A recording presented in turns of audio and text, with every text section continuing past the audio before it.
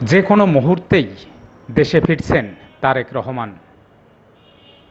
আওয়ামী লীগ সরকারের পতনের পর কারাগার থেকে মুক্তি পেয়েছেন বিএনপির চেয়ারপারসন খালেদা জিয়া সহ দলের অধিকাংশ নেতাকর্মী। তবে অন্তর্বর্তী সরকারের ২ মাসেও দলের ভারপ্রাপ্ত চেয়ারম্যান তারেক রহমানের বিরুদ্ধে মামলাগুলো প্রত্যাহার করা হয়নি। দেশে ফিরতে পারেননি তিনি। তারেক রহমানের আইনজীবী ও দলীয় শীর্ষ নেতাদের দাবি, দেশে ফিরতে তারেক রহমানের আইনগত কোনো জটিলতা নেই। বিএনপির দলীয় সূত্র জানায়, তারেক রহমানের দেশে ফেরার প্রক্রিয়া এরই মধ্যে শুরু হয়েছে। জাতীয়তাবাদী আইনজীবী ফোরামের অধিকাংশ শীর্ষ নেতা এখন লন্ডনে অবস্থান করছেন। রাষ্ট্রের প্রধান আইন কর্মকর্তা ও বিএনপির সাবেক কেন্দ্রীয় মানবাধিকার বিষয়ক সম্পাদক অ্যাডভোকেট আসাদুজ্জামান আসাদও লন্ডনে। আগামী ২-১ মাসের মধ্যেই তারেক রহমান দেশে ফিরবেন। তবে সরকার চাইলেই যে কোনো সময় তিনি ফিরতে পারেন। আমরা দেশবাসী সবাই প্রত্যাশা করছি ইমিডিয়েট তারেক রহমান ফিরবেন। আইনি জটিলতা বা আইনের যে বিষয় বলা হচ্ছে, এটা তো শেখ হাসিনার সৃষ্ট আইন। রুহুল কবির রিজভী। বুধবার সন্ধ্যায় attorney general advocate Asaduzzaman Asad জানান, তিনি লন্ডনে ব্যস্ত রয়েছেন, এই মুহূর্তে কথা বলতে পারছেন না। দলের ভারপ্রাপ্ত চেয়ারম্যান তারেক রহমান কবে নাগাদ দেশে ফিরবেন এমন প্রশ্নের জবাবে বিএনপির জ্যেষ্ঠ যুগ্ম মহাসচিব অ্যাডভোকেট রুহুল কবির রিজভী বলেন, আমরা দেশবাসী সবাই প্রত্যাশা করছি ইমিডিয়েট তারেক রহমান ফিরবেন। আইনি জটিলতা বা আইনের যে বিষয় বলা হচ্ছে, এটা তো শেখ হাসিনা সৃষ্ট আইন। শেখ হাসিনার সৃষ্ট আইনকে যদি আমরা অনুসরণ করি, তাহলে তো ফাঁসিবাদের রেসিডিউ সেটাই বিদ্যমান থাকলো। সে সময় যে মামলাগুলো দিয়েছিল তা উদ্দেশ্য প্রণোদিত, বিচার করেছে রাজনৈতিক উদ্দেশ্যে, ফরমায়েশি সাজা দিয়েছে তার প্রতিহিংসা পূরণের জন্য। সেই সাজা আইনি প্রক্রিয়া এখন তো কার্যকর থাকার কথা নয়, বলেছিলেন রিজভী। অন্তর্বর্তী সরকারের প্রতি যথেষ্ট আস্থা রেখেই আমরা বলবো, আপনারা দ্রুত এটা নিরসন করুন, যে সাজা দেয়া হয়েছে অবিলম্বে প্রত্যাহার করুন।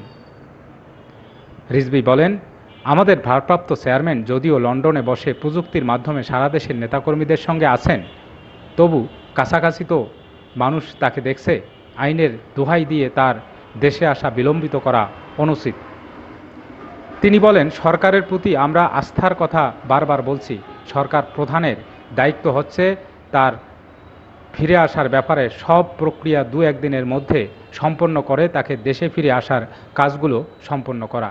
তারেক রহমানের দেশে ফিরতে বাধা কি এমন প্রশ্নের জবাবে রিজভী বলেন, আমরা কোনো বাধা দেখি না। এখন সরকার কিভাবে দেখছে আমরা বলতে পারবো না। অল্প সময়ের মধ্যে তারেক রহমানের ফিরে আসার প্রচেষ্টা নিতে হবে। যে কোনো সময় এক্সিকিউটিভ অর্ডার দিয়ে মামলা প্রত্যাহার করা যায়। তারেক রহমান আন্দোলনের পটভূমি তৈরি করেছেন, তার ফিরে আসতে সরকার ব্যবস্থা নিচ্ছে না কেন, সেটা তো আমাদের দাবি, বলেন রিজভী। দলীয় পর্যায় থেকে তারেক রহমানের দেশে ফেরার ব্যাপারে সরকারের সঙ্গে আলোচনা হয়েছে কিনা জানতে চাইলে রিজভী বলেন, নিশ্চয়ই আমাদের নেতারা কথা বলেছেন। মহাসচিব মির্জা ফখরুল ইসলাম আলমগীরও দাবি জানিয়েছেন। আমরা তো ক্ষমতায় নেই, আমরা দাবি জানাবো। তারেক রহমানের দেশে ফিরতে আইনগত জটিলতার বিষয়ে জানতে চাইলে বিএনপির ভাইস চেয়ারম্যান এবং জাতীয়তাবাদী আইনজীবী ফোরামের সভাপতি জয়নুল আবেদিন বলেন, তারেক রহমানের দেশে ফিরতে আইনগত কোনো জটিলতা নেই। তাহলে তিনি দেশে ফিরছেন না কেন এমন প্রশ্নের জবাবে জয়নুল আবেদিন বলেন, সার্বিক পরিস্থিতি বিবেচনায় রেখে দেশে ফেরার সময়ের সিদ্ধান্তটা তার নিজস্ব বিষয়। আমরা আশা করি তিনি দেশে আসবেন এবং আইনগতভাবে রাজনৈতিক উদ্দেশ্য প্রণোদিত মামলা মোকাবেলা করবেন। তারেক রহমান আইনের প্রতি সবসময় শ্রদ্ধাশীল। এখানে দুটো বিষয় আছে। যদি তিনি আইনের সব বিষয় মান্য করেন, তবে আমাদের সিআরপিসির মধ্যে রয়েছে তিনি কিভাবে আপিল করতে পারবেন এবং কিভাবে আপিল করে তিনি মুক্ত হতে পারবেন। আর মামলাগুলো যেহেতু রাজনৈতিক উদ্দেশ্য প্রণোদিত, সে কারণে সরকার যদি ইচ্ছা করে তাহলে তাকে এই মামলা থেকে অব্যাহতি দিতে পারে। অব্যাহতি দিলে তারেক রহমানের দেশে ফিরতে বাধা নেই, জানান জয়নুল আবেদিন। বিষয়টি নিয়ে জানতে বিএনপির মহাসচিব মির্জা ফখরুল ইসলাম আলমগীরের মোবাইলে একাধিকবার কল করলেও তিনি সাড়া দেননি। 2007 সালে তত্ত্বাবধায়ক সরকারের আমলে 17টি এবং পরবর্তী সময়ে আওয়ামী লীগ ক্ষমতায় আসার পর থেকে বিএনপির ভারপ্রাপ্ত চেয়ারম্যান তারেক রহমানের বিরুদ্ধে সব মিলিয়ে অর্ধশতাধিক মামলা হয়। একাধিক মামলায় তার সাজাও হয়েছে।